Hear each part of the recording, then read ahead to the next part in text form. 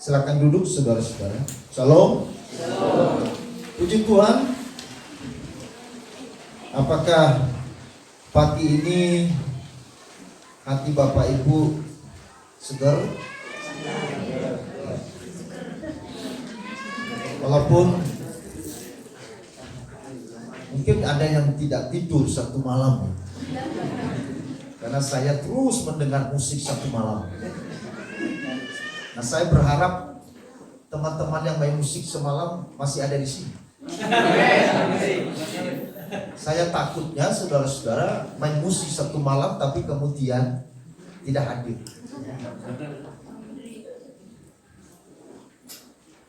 Nah, Bapak Ibu dan saudara-saudara, hari ini kita sangat berbahagia karena Tuhan boleh memberi kita kesempatan sekali lagi. Kurang lebih 4 tahun yang lalu, Gereja LS Bali mengadakan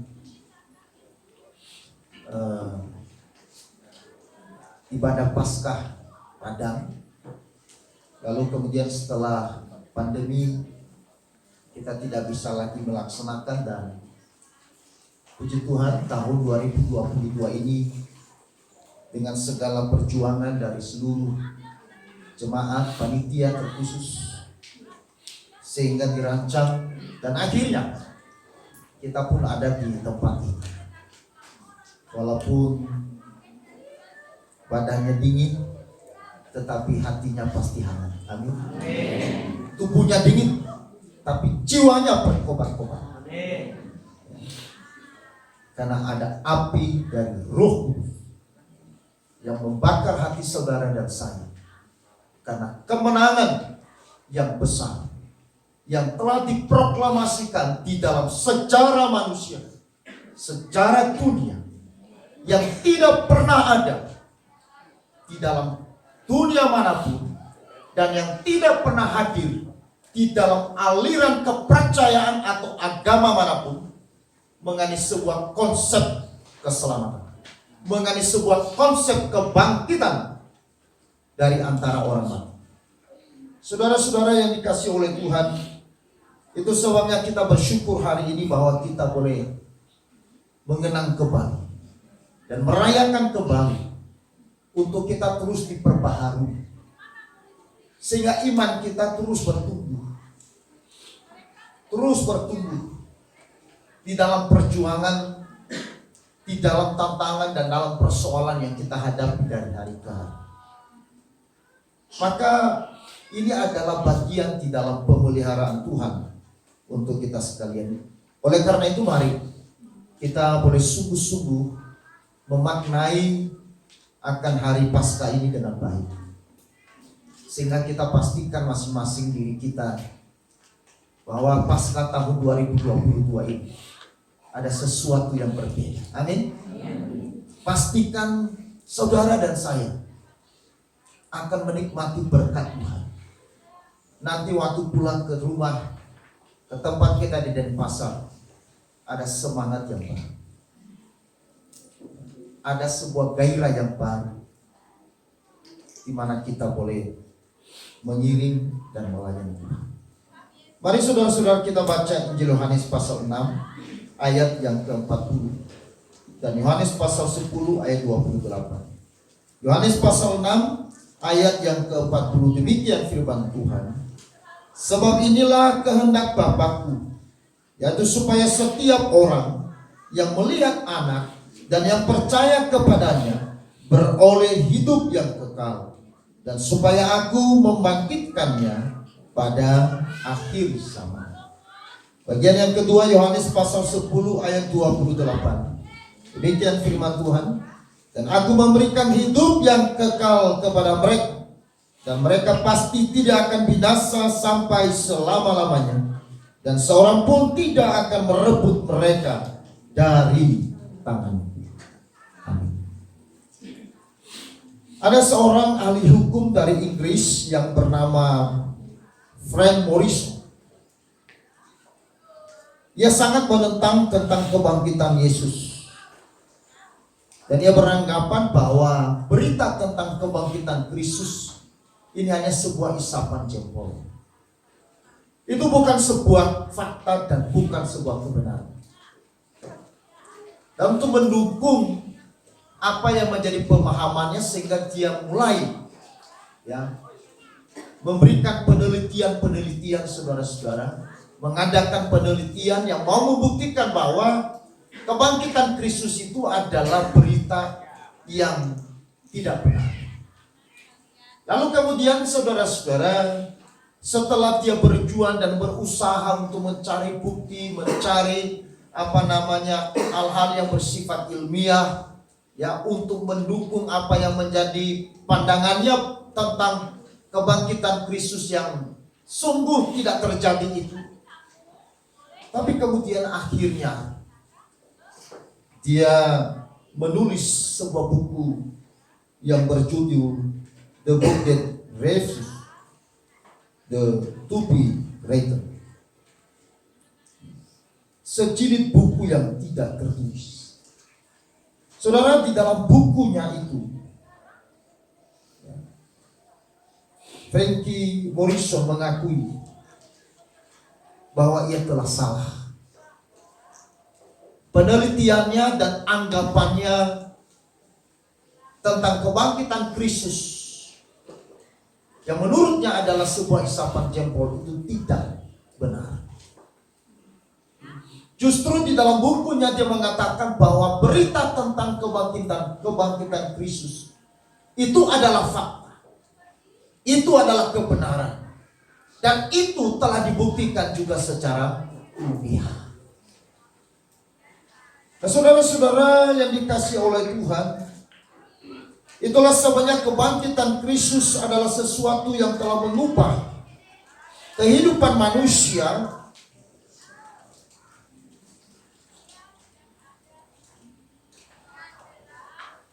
bahwa titik akhir dari kehidupan bukanlah kematian. Kebangkitannya adalah harapan baru untuk mengubah seluruh paradigma manusia selama ini yang mengatakan bahwa kematian adalah titik akhir dari sebuah kehidupan. Jadi saudara-saudara, banyak orang beranggapan bahwa kematian adalah titik akhir dari kehidupan. Tetapi kebangkitan Kristus justru membuktikan kepada kita bahwa kematian bukanlah akhir dari kehidupan. Kebangkitannya adalah harapan baru yang mengubah paradigma manusia dan yang memberikan kepada kita sebuah konsep yang baru. Bahwa di balik kematian sesungguhnya ada kehidupan.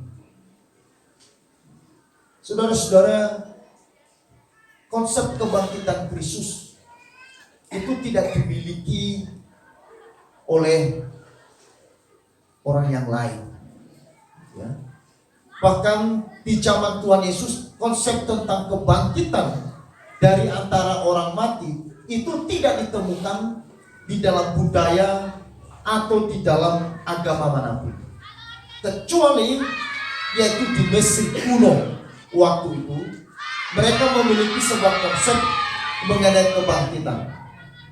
Tetapi kebangkitan yang dimiliki oleh Mesir kuno berbeda dengan konsep Alkitab. Mesir kuno mengatakan bahwa memang ada kebangkitan, tetapi kebangkitannya bukan kebangkitan seperti yang digambarkan oleh kitab suci. Itulah sebabnya orang Mesir kuno, saudara-saudara, ketika ada anggota keluarga mereka yang meninggal, maka mereka harus menjadikan jasanya itu sebagai mumi. Makanya di Mesir itu terkenal dengan mumi-mumi. Saudara pernah dengar kata mumi? Orang atau manusia yang mati yang diawetkan. Kenapa mereka mengawetkan manusia? Karena di Mesir kuno mereka masih memahami bahwa ada kebangkitan. Tetapi saudara-saudara, kebangkitan di dalam Alkitab berbeda. Kebangkitan Kristus juga berbeda.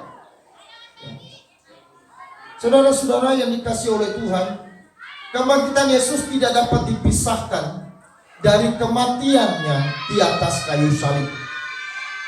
Makanya Jack Knox Klein menegaskan begini: signifikansi peristiwa yang satu atau kebangkitan hanya bisa dipahami dalam keterkaitan dengan peristiwa lainnya, yaitu kematian Yesus di salib.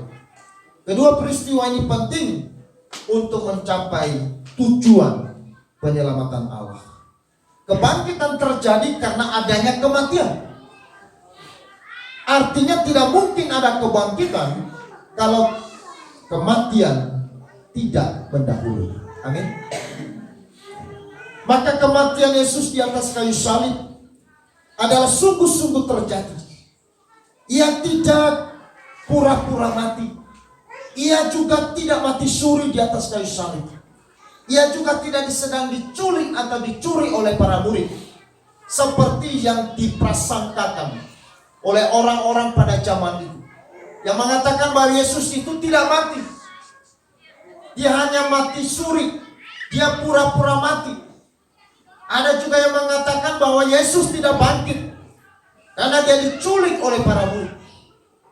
Ya saudara-saudara yang dikasihi oleh Tuhan, memang berita tentang kebangkitan dari Yesus penuh dengan penolakan dan penyangkalan dari orang-orang yang tidak mengenal Allah.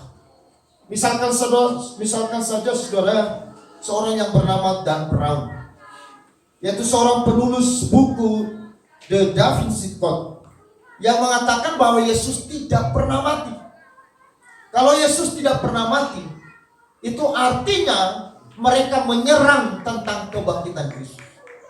Orang-orang sesat pada zaman itu mengatakan Yesus tidak pernah mati.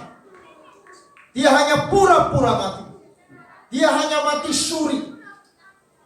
Kenapa mereka mengatakan demikian? Karena mereka mau menolak tentang kebangkitan Kristus.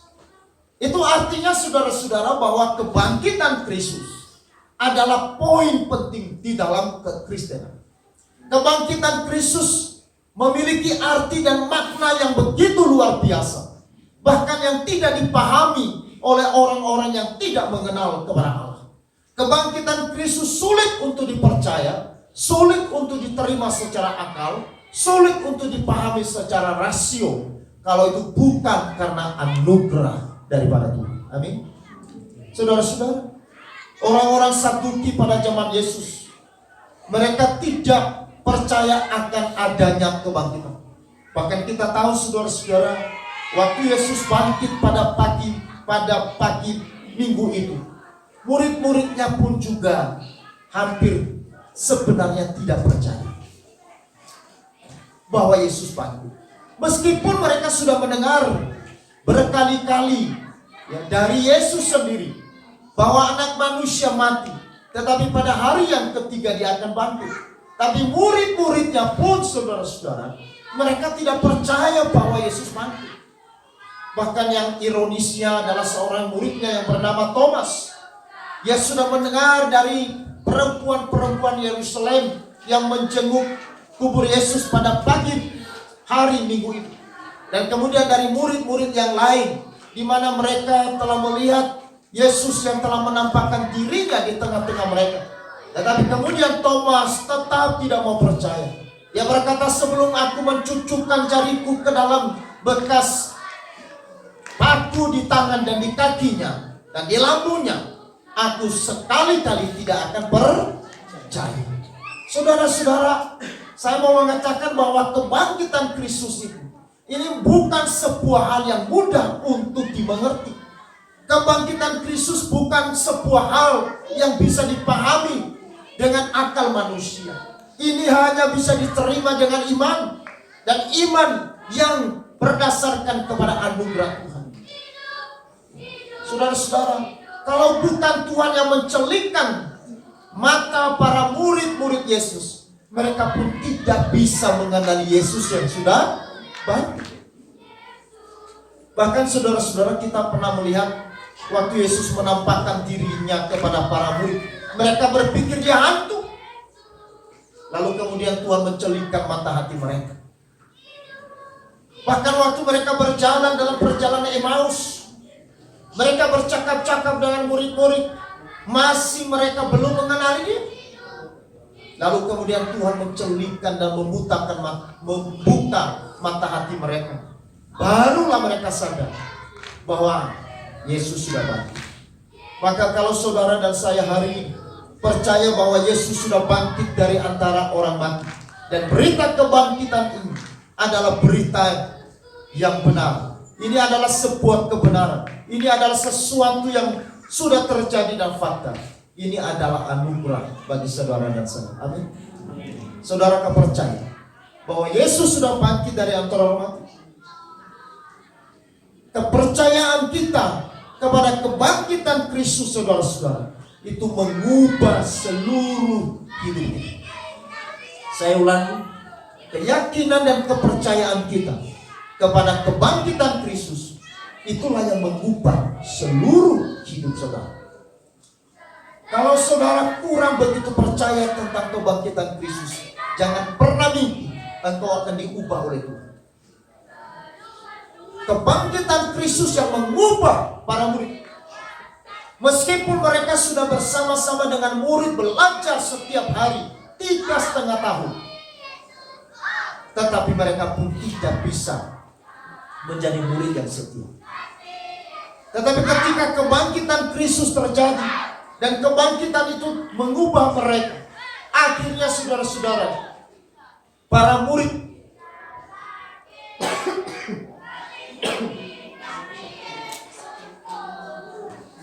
menjadi murid yang mengerti dan memahami tentang arti daripada iman yang sesungguhnya. Saudara-saudara yang dikasihi oleh Tuhan, kebangkitan Yesus membuktikan bahwa kematiannya adalah awal terbitnya pengharapan iman. Karena melalui kematiannya, tuntutan akan dosa, yaitu maut, telah dibayar lunas oleh Yesus di atas kayu salib. Kebangkitannya adalah sebuah fakta bahwa maut bukanlah hal yang menakutkan bagi para pengikutnya, melainkan awal kehidupan kebahagiaan. Saudara-saudara, seorang penginjil ternama Inggris bernama D.L. Moody yang telah melayani Tuhan selama kurang lebih 44 tahun. Dan di dalam pelayanan ia telah membawa banyak, bahkan ribuan orang datang mengenal kepada Yesus Kristus. Saudara-saudara yang dikasihi oleh Tuhan, pada menjelang ajalnya, ia berkata begini, jika aku mengetahui bahwa keadaan menjelang ajal demikian indahnya, aku rela lebih cepat mati. Lalu kemudian sebelum dia meninggal, dia mencoba membuka matanya. Dia melihat istrinya, dia melihat anak-anak dan cucu-cucunya yang ada di sekeliling tempat tidur dia terbaring, menangis dengan sedih. D.L. Moody berkata apa, saudara-saudara? Mengapa kalian bersedih? Seharusnya kalian bersukacita, karena pintu surga terbuka untuk aku. Dan tidak berapa lama kemudian, penginjil besar D.L. Moody mengembuskan nafas terakhir. Saudara-saudara, kenapa D.L. Moody bisa berbicara seperti itu? Waktu dia menghadapi kematian, ia justru melihat sesuatu yang indah. Yang melihat sebuah kebahagiaan yang sejati. Dan yang melihat pintu surga terbuka bagi dia. Itu sebabnya ketika dia membuka matanya sebelum dia mengembuskan nafasnya, ketika istri dan anak dan cucu-cucunya menangis, dia berkata, mengapa kamu bersedih? Seharusnya lah kamu bersukacita, karena sekarang pintu surga terbuka Tuhan. Saudara-saudara yang dikasihi oleh Tuhan, ini adalah pengharapan yang hidup. D.L. Moody dia tahu kebangkitan Kristus telah memberikan kepada dia sebuah pengharapan yang kekal, pengharapan yang hidup. Dan sekaligus D.L. mengemudi, meyakini bahwa dia sudah memiliki jaminan yang kekal.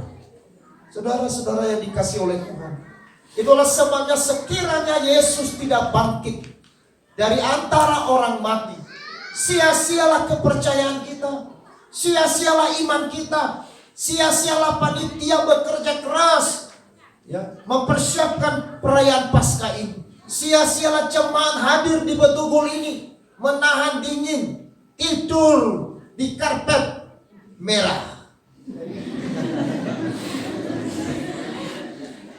tidak beralaskan.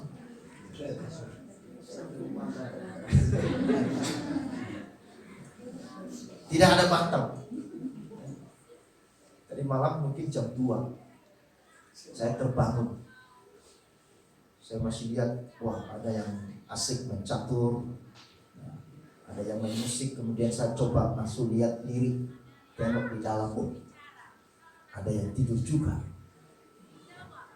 Saudara-saudara, kalau Yesus tidak bangkit, semua jerih lelah saudara akan menjadi sia-sia. Seluruh perjuangan hidup saudara di dalam Tuhan akan menjadi sia-sia. Seluruh pelayanan kita akan menjadi sia-sia. Tetapi bersyukur bahwa Kristus telah bangkit dari antara orang mati. Sehingga kebangkitan Kristus memberikan kepada kita sebuah kepastian, memberikan kepada kita sebuah jaminan yang kekal. Jaminan itu adalah jaminan hidup yang kekal. Itulah sebabnya saudara-saudara, di dalam Yohanes pasal 6 ayat 40 tadi dikatakan, sebab inilah kehendak Bapa-Ku, yaitu supaya setiap orang yang melihat Anak, yang percaya kepadanya beroleh hidup yang kekal, dan supaya Aku membangkitkannya pada akhir zaman. Percaya kepada Kristus yang sudah mati dan bangkit, ini adalah hidup yang kekal. Inilah jaminannya. Kematian Kristus bagi kita adalah kematian untuk menyelesaikan seluruh dosa kita secara tuntas di atas kayu salib. Sehingga tuntutan dosa tidak lagi berlaku bagi saudara dan saya yang sudah percaya. Karena tuntutan dosa yaitu maut, yaitu kematian, telah diambil alih oleh Yesus di atas kayu salib. Maka Kristus bangkit dari antara orang mati, membuktikan bahwa Bapa telah berkenan menerima persembahan kematian daripada Kristus untuk penebusan dosa. Sekiranya kematian Kristus belum sempurna, maka tidak mungkin akan terjadinya kebangkitan. Maka saudara-saudara, kebangkitan Kristus adalah sebuah berita yang sangat penting bagi gereja, menjadi berita yang istimewa bagi orang Kristen. Karena kematian dan kebangkitan Kristus adalah peristiwa historis yang membawa kemenangan dan harapan iman, serta sebuah jaminan kepada kita tentang hidup yang kekal. Kematian Kristus menebus dosa-dosa kita, dan kebangkitannya membuktikan dia telah mengalahkan dosa dan akibatnya yaitu maut.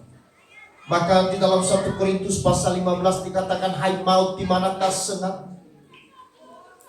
Kuasa dosa telah dihancurkan, kuasa maut telah dihancurkan dan ditaklukkan melalui kebangkitan Kristus dari antara orang mati. Kematian adalah sesuatu yang menakutkan bagi mereka yang tidak percaya. Kematian bagi mereka yang tidak percaya adalah akhir dari seluruh kehidupan. Kematian bagi mereka yang tidak mengenal kepada Yesus adalah sebuah kehidupan yang menyedihkan. Tetapi bagi kita yang percaya, kematian bukan akhir dari segalanya, tetapi kematian justru menjadi sebuah jaminan kepada kita untuk menerima hidup yang kekal.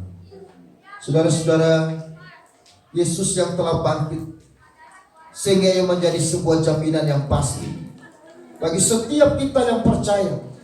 bahwa meski kita mengalami berbagai penderitaan, kesulitan, sakit, penyakit, ataupun masalah, bahkan kematian secara fisik sekalipun, kita tidak perlu takut, karena jaminan hidup kekal menyertai kita selamanya. Makanya Yohanes 10 ayat 25 dikatakan, saudara-saudara, dan aku memberikan hidup yang kekal kepada mereka, dan mereka pasti tidak akan binasa sampai selama-lamanya, dan seorang pun tidak akan merebut mereka dari tanganku. Saudara-saudara, ini adalah jaminan yang dikatakan oleh Yesus kepada mereka yang percaya kepada Dia, bahwa setiap orang yang percaya kepada Yesus telah memiliki jaminan, kepastian tentang keselamatan, jaminan tentang hidup kekal. Karena waktu saudara dan saya percaya kepada Yesus, waktu itu kita sudah menerima hidup yang kekal. Bukan waktu kita masuk surga. Waktu saudara menerima Yesus sebagai Tuhan dan Juru Selamat, maka jaminan itu dimateraikan di dalam hidup saudara dan saya oleh Roh Kudus. Itu sebabnya kita tidak boleh meragukan hal ini. Kita harus terus meyakini bahwa kita sudah memiliki hidup kekal. Kenapa kita sudah memiliki hidup kekal?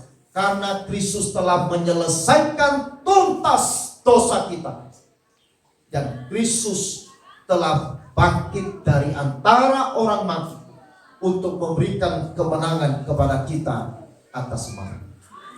Saudara-saudara, kebenaran inilah yang memberikan kepastian dan jaminan bagi saudara dan saya untuk kita hidup. Bahwa walaupun saudara kita melihat berbagai macam hal yang menakutkan di tengah-tengah dunia ini, kita tidak boleh ragu, kita tidak boleh bimbang, kita tidak boleh tawar hati, apalagi meragukan akan kuasa Tuhan, apalagi meragukan keselamatan yang kita sudah miliki di dalam Tuhan. Kita harus terus meyakinkan diri kita, sehingga kita akan terus bertumbuh dalam kepastian itu. Itulah sebabnya Paulus terhadap jaminan ini, kemudian di dalam Roma pasal 8 ayat 34-39, yang mempertegas kembali kepada jemaat di Roma. Karena waktu itu jemaat di Roma, karena penganiayaan yang besar, kesulitan yang begitu luar biasa menimpa kehidupan mereka. Lalu mereka berpikir, apakah benar kita ini sudah memiliki hidup yang kekal? Apakah benar kita ini sudah pasti diselamatkan? Apakah benar keselamatan yang ditawarkan oleh Yesus yang sudah mati dan bangkit itu adalah keselamatan yang pasti? Jangan-jangan kita akan menjadi sia-sia. Jangan-jangan kita ini salah beriman.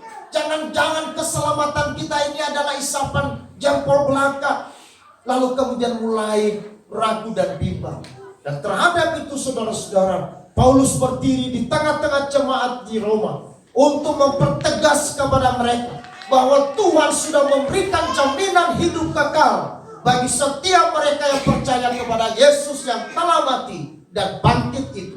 Dan jaminan itu adalah jaminan yang tidak bisa direbut lagi oleh siapapun, termasuk oleh kuasa maut, kuasa iblis, kuasa kegelapan dari hidup setiap orang yang percaya. Amin. Saudara-saudara, iblis terus meneror orang percaya. Iblis terus mau berusaha merebut saudara dari tangan Tuhan. Maka itu sebabnya engkau tidak boleh ragu. Kita harus pastikan bahwa tidak ada kuasa apapun lagi yang bisa merebutku dari tangan Tuhan. Amin. Saudara yang sudah ikut Jumat Agung yang kemarin, Jumat Agung, saudara pasti mengerti khotbah saya. Dan salah satu poin yang ketiga kemarin saya katakan, bahwa kematian Kristus di atas kayu salib adalah merebut kita dari tangan iblis, dari kuasa dan dari perbudakan dari sejarah. Saudara-saudara, untuk merebut saudara dan saya dari genggaman, dari kuasa, dari perbudakan, perhambaan dari iblis, itu bukan perjuangan yang biasa. Itu adalah pengorbanan yang luar biasa. Sampai dia harus mati di atas kayu salib. Karena begitu dalamnya kita telah jatuh. Karena kita telah hilang di hadapan Tuhan. Dan itu sebabnya Tuhan harus datang ke dalam dunia untuk merebut kita kembali, merampas kita kembali, supaya kita kembali menjadi milik kepunyaan. Maka setiap kita yang sudah percaya kepada Yesus, saudara harus yakin bahwa kita ada di dalam genggaman tangan Tuhan yang kuat. Amin. Bukan di dalam genggaman tangan yang lemah. Saya dan saudara ada saat ini, hari ini, ada di dalam genggaman tangan Tuhan yang kuat. Itulah sebabnya kepada jemaat di Roma, dia perjelas, dia pertegas bahwa walaupun engkau menderita, engkau hari ini lapar, engkau hari ini dianiaya, engkau hari ini tidak memiliki baju sekalipun, ketelanjangan terjadi dan sebagainya. Tetapi ingat, tidak ada yang bisa merampasmu dari tangan. Amin. Mari kita baca ayat itu saudara-saudara. Roma pasal 8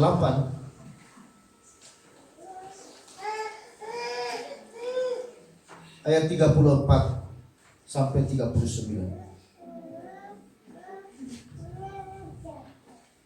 Roma pasal 8 ayat 34 sampai dengan ayat yang ke-39. Saya bacakan demikian firman Tuhan. Kristus Yesus yang telah mati, bahkan lebih lagi yang telah bangkit, yang juga duduk di sebelah kanan Allah, yang malah menjadi pembela bagi kita. Siapakah yang akan memisahkan kita dari kasih Kristus? Penindasan, atau kesesakan, atau penganiayaan, atau kelaparan, atau ketelanjangan, atau bahaya, atau pedang? Seperti ada tertulis, oleh karena engkau kami ada dalam bahaya maut sepanjang hari, dan kami telah dianggap sebagai domba-domba sembelihan. Tetapi dalam semuanya itu kita lebih daripada orang-orang yang menang, oleh karena Dia yang telah mengasihi kita. Sebab aku yakin bahwa baik maut maupun hidup, baik malaikat-malaikat maupun pemerintah-pemerintah, baik yang ada sekarang maupun yang akan datang, atau kuasa-kuasa, baik yang di atas maupun yang di bawah, ataupun sesuatu makhluk lain, tidak akan dapat memisahkan kita dari kasih Allah yang ada dalam Kristus Yesus Tuhan kita. Amin. Tak ada satupun yang bisa memisahkanmu dari kasih Allah. Tak ada satupun yang bisa merebutmu dari tangan Tuhan. Saudara-saudara, maka kalau hari ini kita ada masalah, kita ada kesulitan, kita ada kekurangan, ataupun kita dianiaya, atau mungkin kita sedang tersakiti, apakah itu bisa memisahkanmu dari kasih Allah?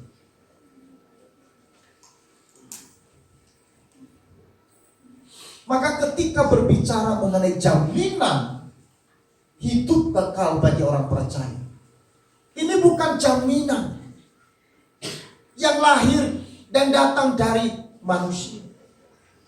Ini jaminan yang datang dari atas. Jaminan yang diproklamasikan oleh Kristus kepada kita.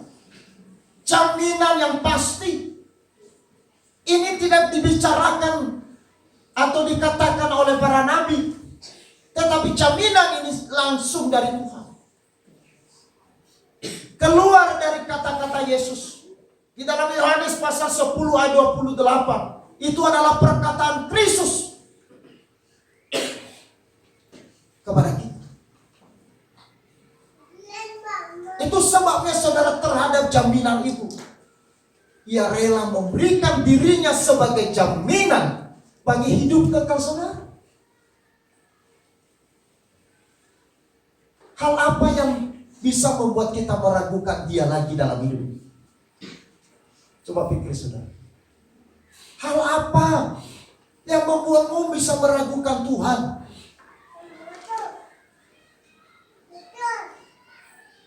Jaminan apa yang menurut saudara adalah jaminan yang paling besar, yang meyakinkanmu, yang meneguhkanmu terhadap janji ini?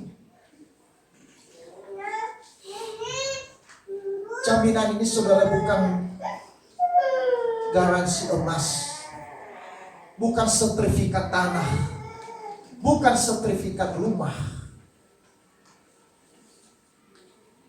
Dirinya sendiri diberikan sebagai jaminan bagi hidup dan keselamatan saudara dan saya. Maka kalau hari ini engkau lagi susah, lalu kemudian engkau menangis, hari ini mungkin engkau menghadapi pergumulan, persoalan, lalu engkau berkata, udahlah, saya tidak mau ikut Tuhan lagi. Saya tidak mau melayani Tuhan lagi. Percuma. Hati-hati saudara. Ingat, dirinya telah diserahkan sebagai jaminan untuk hidup saudara dan saya.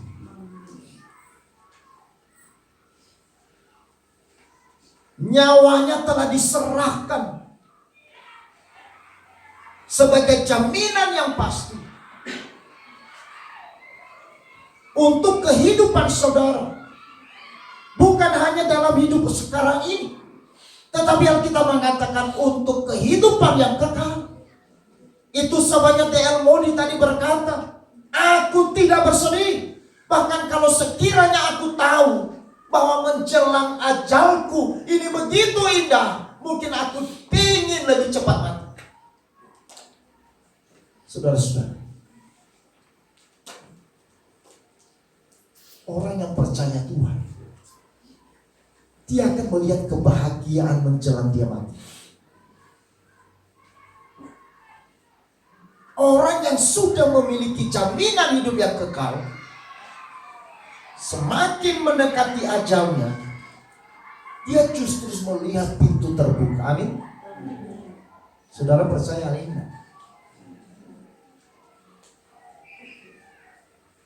Wah, semakin aku mendekati kematian, semakin aku bahagia. Kan begitu? Atau saudara semakin mendekati kematian ini semakin sengsara, semakin menyeramkan, semakin menakutkanku. Nah, kalau itu yang terjadi, masalahnya di mana? Masalahnya di mana? Masalahnya di sini.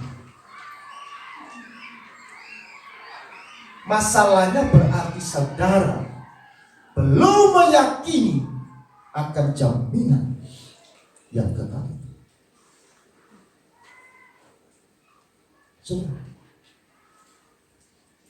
Orang yang sudah memiliki keyakinan dan kepercayaan bahwa Yesus telah mati bagi dosa-dosa kita, dan dia telah bangkit untuk menyelesaikan seluruh dosa, tuntutan dosa, sehingga dia memberikan kemenangan atas kuasa maut. Maka saudara-saudara, seharusnya bagi kita kematian bukan lagi menakutkan. Makanya Paulus berkata, hidup bagiku adalah Kristus, mati adalah keuntungan. Kenapa? Karena dia mengerti poin ini. Karena dia sudah memiliki jaminan hidup kekal dalam dirinya. Jaminan itu adalah Yesus sendiri. Perkataan Yesus sendiri. Diri Yesus sendiri yang sudah tersalib di atas kayu salib 2000 tahun yang lalu. Masih tidak percaya? Masih saudara ragu? Masih belum yakin jaminan itu? Apakah perlu Yesus harus mati kedua kali untuk meyakinkan saudara dan saya terhadap jaminan itu? Saudara-saudara, Seringkali kita menyalibkan Yesus setiap hari. Kenapa? Karena keraguan kita terhadap jaminan. Setiap kali saudara dan saya ragu terhadap jaminan hidup kekal ini, kepastian keselamatan ini, itu artinya setiap kali itu engkau menyalibkan Yesus kembali. Bapak, Ibu, dan saudara-saudara yang dikasihi oleh Tuhan, Paulus dengan tegas berkata, tidak ada satupun yang dapat memisahkan kita dari kasih Allah. Tidak ada satupun yang dapat memisahkan kita dari genggaman tangan Yesus yang kuat. Tidak ada hal apapun yang bisa memisahkan kita dari Yesus. Tak satu pun, tak satu pun. Benar enggak? Tak satu pun. Ini kalimatnya bagus sekali. Lagu itu begitu luar biasa. Pencipta lagu itu pernah datang di gereja kita beberapa tahun yang lalu, bernyanyi lagu itu, dibawa oleh Pak Edi Francis. Luar biasa. Dia pengarang lagu itu, nyanyikan di gereja kita di Bethesda.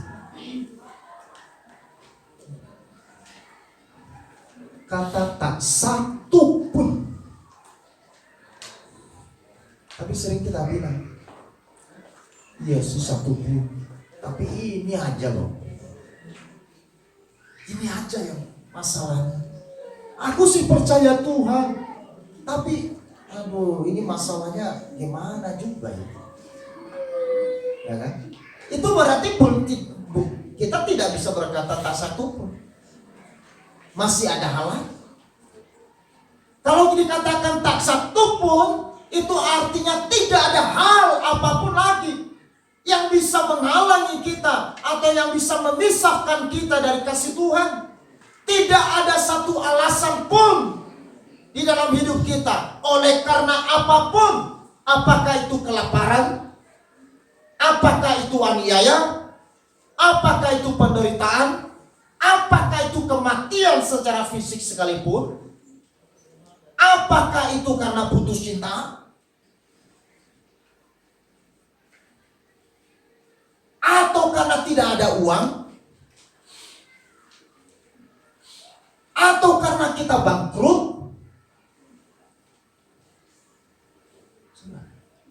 atau karena kita sakit. Semua itu tidak bisa menjadi alasan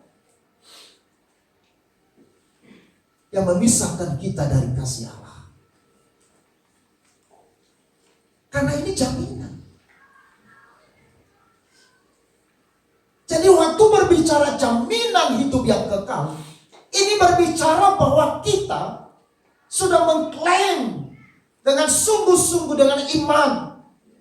Bukan diri kita yang kita klaim, bukan apa yang kita lakukan yang kita klaim sebagai jaminan, tetapi karya Kristus yang dilakukannya bagi kita. Ini yang kita klaim. Jangan terbalik. Jangan terbalik. Jaminan hidup kekal itu klaimnya bukan terhadap apa yang kita buat. Oh, karena aku sudah melayani Tuhan selama 50 tahun. Setiap hari aku sudah melakukan ini, maka pasti jaminannya ada. Bukan. Bukan itu. Jaminan kepastian hidup kekal, jaminan kepastian keselamatan bagi orang Kristen, bagi orang-orang percaya, itu adalah perbuatan Kristus yang dilakukannya bagi kita. Perbuatan Kristus yang mati di atas kayu salib dan perbuatan Kristus yang bangkit dari kematian. Ini yang membuat kita percaya. Makanya orang yang tidak mengenal prinsip ini, mereka berkata apa? Arogan sekali orang Kristen. Mati masuk surga. Loh, emangnya dia sudah tahu surga? Kau pasti bisa selamat.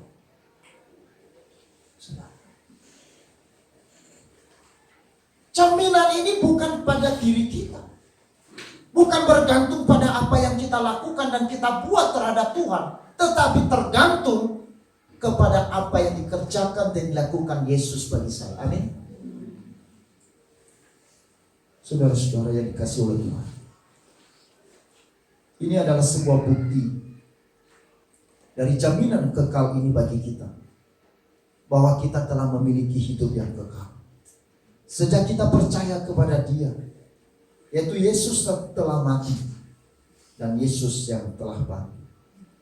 Maka sebagai orang-orang yang telah memiliki jaminan hidup yang kekal, maka mari kita hidup dengan penuh semangat, terus semangat, dan tidak mau menyerah. Karena apa? Karena kita sudah memiliki jaminan.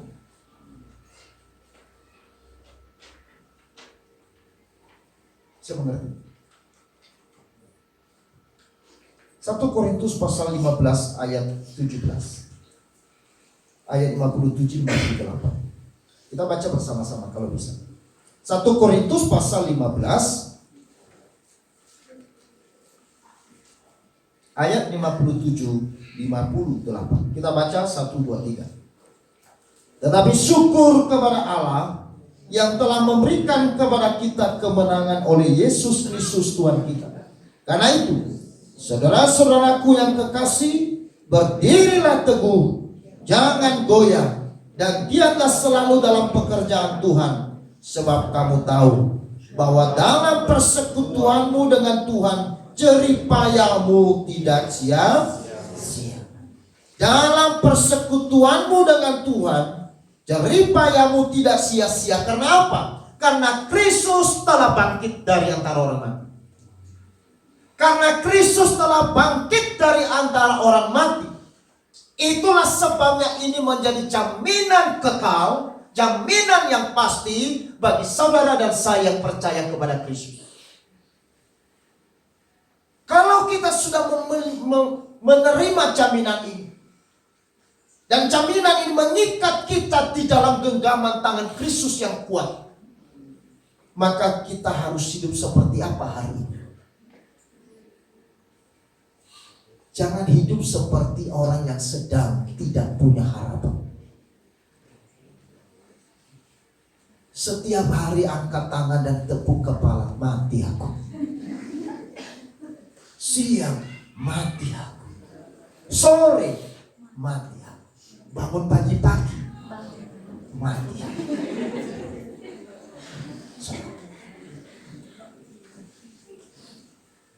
Bukan. Saudara-saudara yang dikasih oleh Tuhan, ini penting sekali.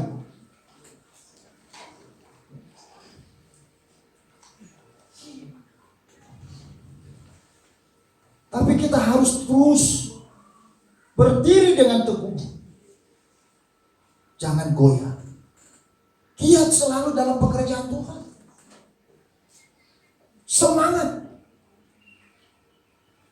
Bergairah di dalam Tuhan. Jangan hidup sebagai orang Kristen yang sepertinya orang yang tidak punya Tuhan.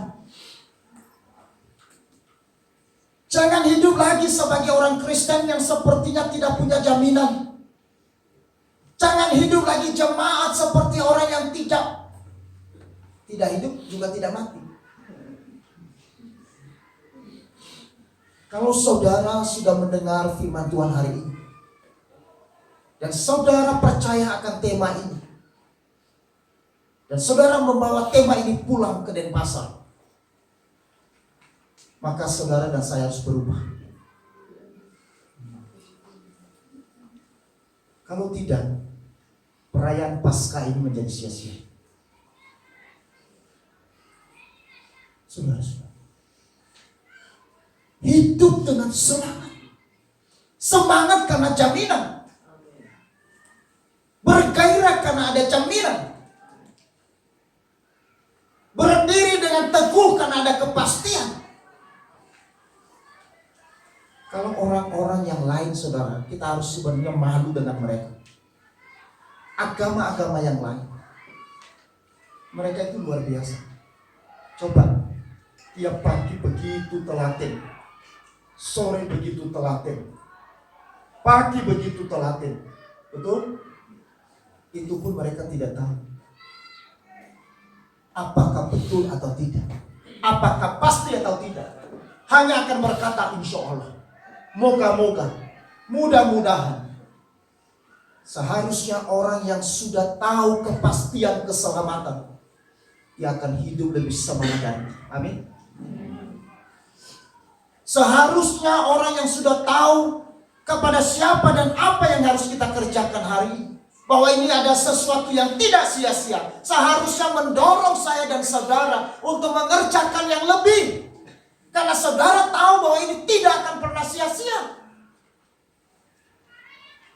Kalau kita tahu bahwa pelayanan kita kepada Tuhan tidak akan pernah sia-sia, meskipun kita dihina, meskipun kita direndahkan, meskipun kita ditolak dan sebagainya, tetapi karena saudara mengerti bahwa pelayanan apapun yang dikerjakan bagi Tuhan tidak pernah sia-sia, itu tidak menghentikan langkah. Seringkali orang Kristen sudah tersinggung sedikit lalu keluar. Tersinggung dari perkataan orang, dari temannya aja sudah ngambek. Sudah. Dikatain sedikit aja, waduh sudah pusing 7 keliling. Saudara-saudara, ini penting sekali. Nah, oleh karena itu biarlah melalui perayaan Paskah ini, mari kita bersama-sama, kita membangun iman kita. Kita mau bertumbuh bersama di dalam satu pengharapan yang kekal, di dalam satu jaminan yang kekal, sebagai orang-orang yang sudah terjamin, sebagai orang-orang yang hidup dalam kepastian hari ini dan untuk selama-lamanya. Amin.